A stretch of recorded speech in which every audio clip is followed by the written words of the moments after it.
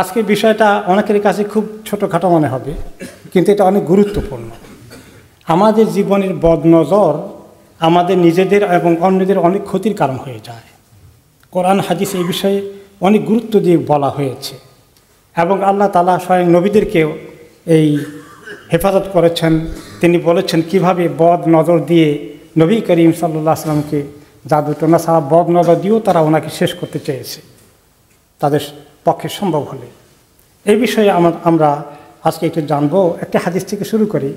রাসূলুল্লাহ সাল্লাল্লাহু আলাইহি ওয়াসাল্লাম হাদিসে বলেছেন যে আল্লাহ তাআলার কিছু যখন নিয়ামত কাউকে দেন, এই নিয়ামতগুলোর কিছু দুশ্মন আছে।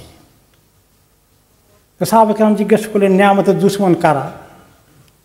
কারা হে আল্লাহ রাসূল?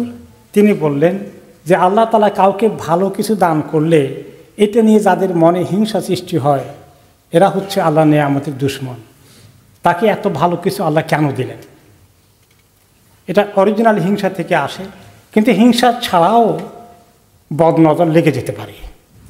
কিছু এক্সাম্পল আমরা দেখব।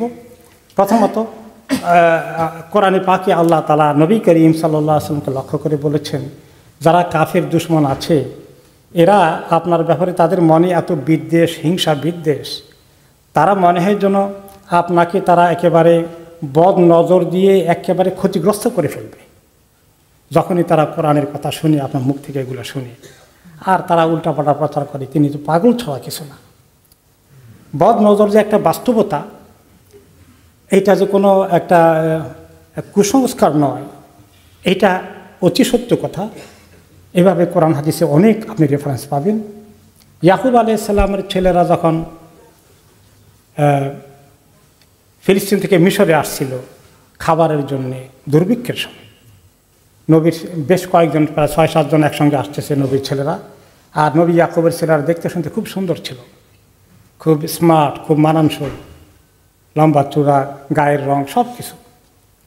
তিনি বললেন, আমার সন্তানরা তোমরা সবাই একসঙ্গে এক দরজা দিয়ে শহরে প্রবেশ করো না, তাহলে সবাই তোমাদের দিকে তাকিয়ে তাদের তাক লেগে যাবে এবং এই বদনজর তোমাদের ক্ষতিগ্রস্ত করবে। বিভিন্ন গেটে দিয়ে একজন একজন করে আলাদা আলাদা করে ঢুকো। এটা আরেকটা প্রমাণ।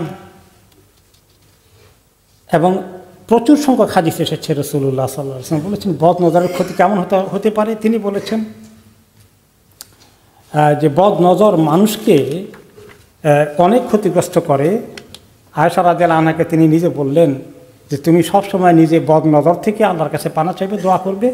তুমি মনে রাখবে বদনজর একটা সত্য জিনিস, এটা ঘটে, এটা বাস্তবতা আছে। তারপরে তিনি বললেন যে বদনজর কোনো কোনো সময় একটা মানুষকে পাহাড় থেকে উপরে উঠে গেছে, অনেক উপরে পৌঁছে গেছে।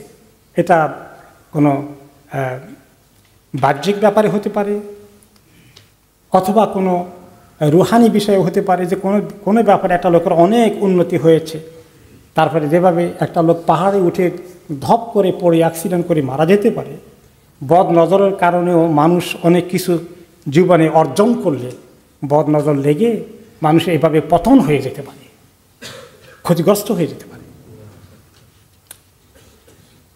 তারপরে তিনি বললেন বদনজর একজন মানুষকে কবরে ঢুকিয়ে দেয়, আর উটটাকে পাতিলে, হান্ডিতে ঢুকিয়ে দেয়। কারণ উটে যখন অসুস্থ হয়ে পড়ে বদনজরের কারণে, তখন তাকে জলদি করে জবা করে পাকসা করে আরবরা খেয়ে ফেলত।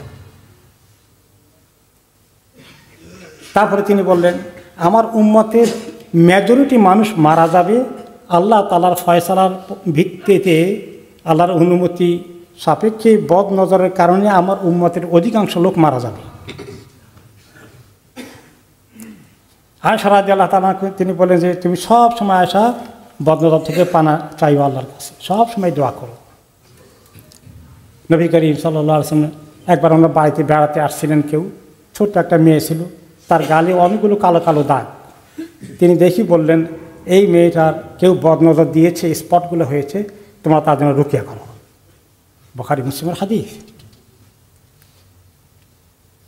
আসমা বিনতে উমাইস রাদিয়াল্লাহু আনহা বলেন যে আমার বাড়িতে নবী করিম সাল্লাল্লাহু আলাইহি ওয়াসাল্লাম এসেছিলেন এবং দেখলেন যে আমার বাচ্চা কাচ্চাগুলোর শরীর বেশি ভালো না, সবগুলো লিনথিন পাতলা, শরীরটা ভালো করে গঠন হচ্ছে না।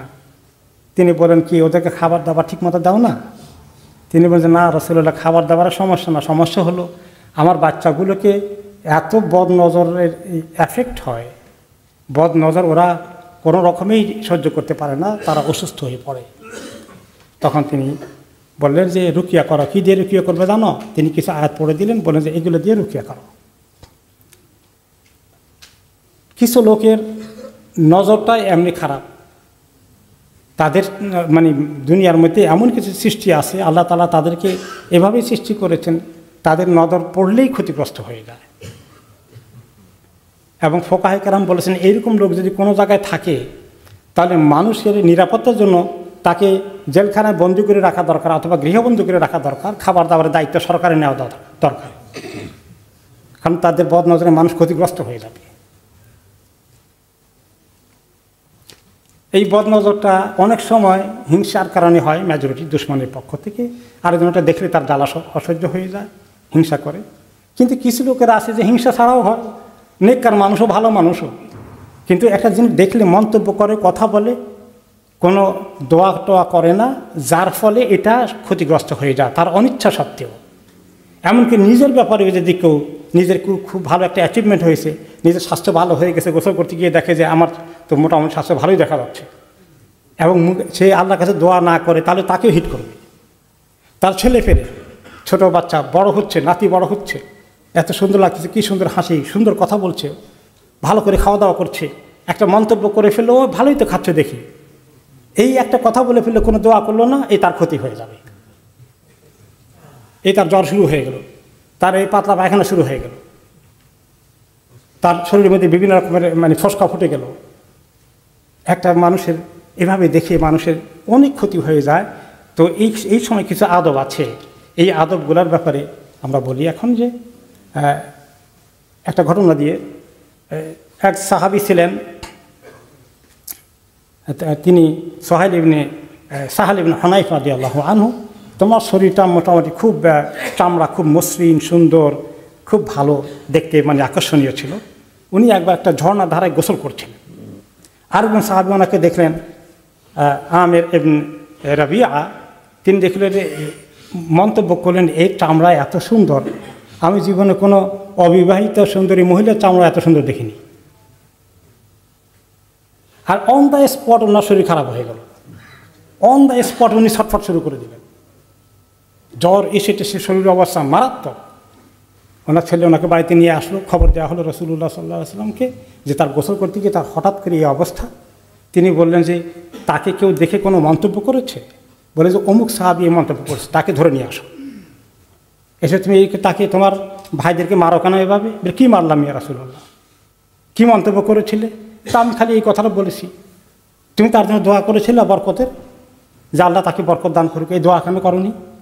এই দোয়া না করার কারণে তা ক্ষতিগ্রস্ত হয়ে গেছে।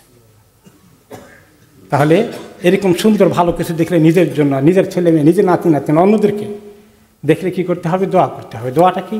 আল্লাহুম্মা বারিক লাহু আও আল্লাহুম্মা বারিক আলাইহি, দুটোটা ঠিক আছে, আল্লাহ তাকে বরকত দান করেন। এই বরকতের দোয়া করলে আশা করা যায় যে আল্লাহ তাআলা তাকে ক্ষতিগ্রস্ত হওয়া থেকে বাঁচাবেন। আর শয়তান মুখ দিয়ে খালি কথা মন্তব্য বের করে, মন্তব্য যত কম করা যায়। আপনার ছেলে, আপনার নাতি সুন্দর খাওয়া দাওয়া করছে, অনেক সুন্দর হাসছে, হ্যাঁ এত সুন্দর, খুব সুন্দর করে খাচ্ছে দেখি ছেলেটা, এই কথাটাই অনেক ক্ষতি হয়ে যাবে।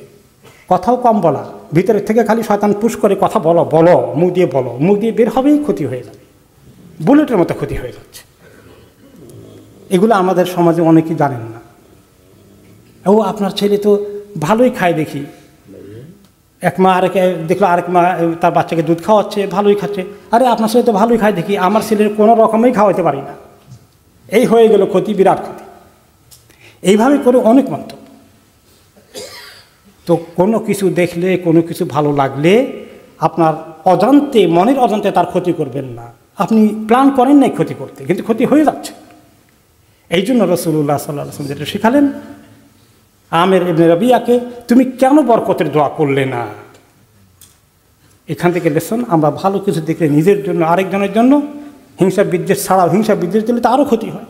এছাড়াও আমরা যেন দোয়া করি যে আল্লাহ তোমাকে বরকত দান করুন, বারাকাল্লাহু লাকা ওয়া বারাকা ফিকা, ওবারাকাল্লাহু আলাইকা, এরকম কিছু একটা দোয়া করলে তাহলে আল্লাহ তাআলা হেফাজত করবেন। আল্লাহ তাআলা আমাদেরকে এই ছোটোখাটো জিনিসগুলো যে কত মারাত্মক হতে পারে এগুলো বুঝে আমল করার তৌফিক দান করুন। এগুলোর জন্য বুঝতে হলে একটা ভালো বই আমি রেফার করি, জাদু ও তার প্রতিকার। এই বইটা আপনারা জোগাড় করবেন, বাংলায় আছে এবং বাংলাদেশে পাওয়া যায়, এই দেশে এখন সবসময় আসে না, ইন্টারনেটে পাওয়া যায়। জাদু ও তার প্রতিকার, এই বইটা পড়লে তার শেষের চ্যাপ্টারে আপনি এই বদনজর সংক্রান্ত প্রচুর ইনফরমেশন পাবেন, জানা দরকার।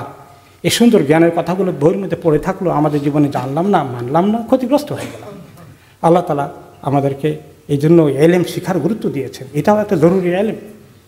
নিজেকে ক্ষতি থেকে বাঁচানো, অন্যদেরকে ক্ষতি থেকে বাঁচানো। আল্লাহ তাআলা আমাদেরকে তৌফিক দান করুন।